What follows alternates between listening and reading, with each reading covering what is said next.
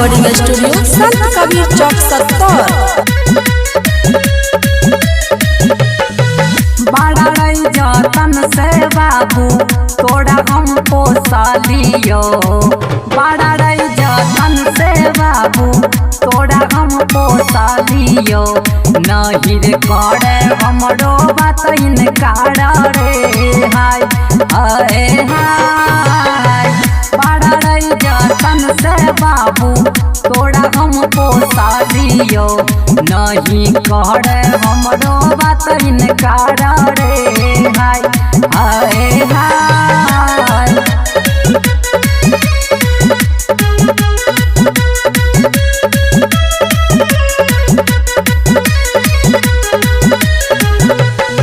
हमें या बाजई बगयामा काढ़वल ना गाड़िया।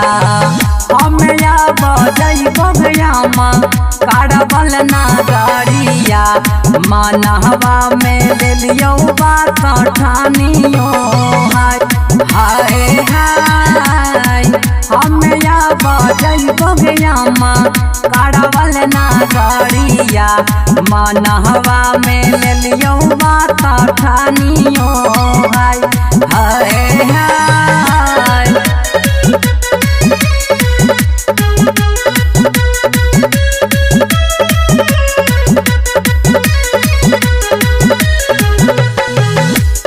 पाल के कलियो रे बाबू तोड़ा हम जवाना। ओसा पाल के कलियो रे ललना तोड़ा हम जवाना।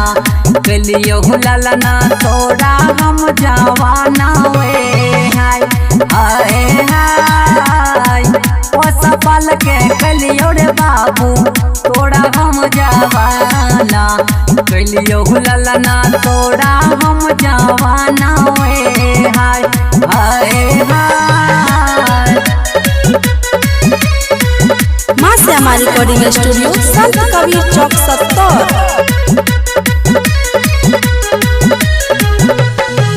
कहला नहीं मन बगयामा बड़ा जल नहीं सुनावो। कहला नहीं मन बगयामा बड़ा जल नहीं सुनावो। जइबो यम्मा काढ़वल ना गाड़ियो हाय हाय हाय।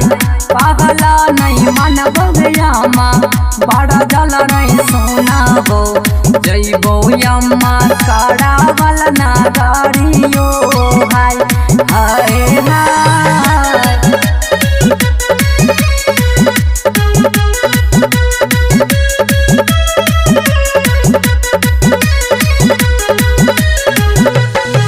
तोड़ा कारण सुन रही ललना बहुते दुख सहलियो। तोड़ा कारण हमरो ललना बहुते दुख सहलियो। नहीं रे करे हमरो बात इनकार रे हाय हाय हाय। तोड़ा कारण हमरो ललना बहुते दुख सहलियो। नहीं रे करे हमरो बात इनकार रे हाय हाय हाय।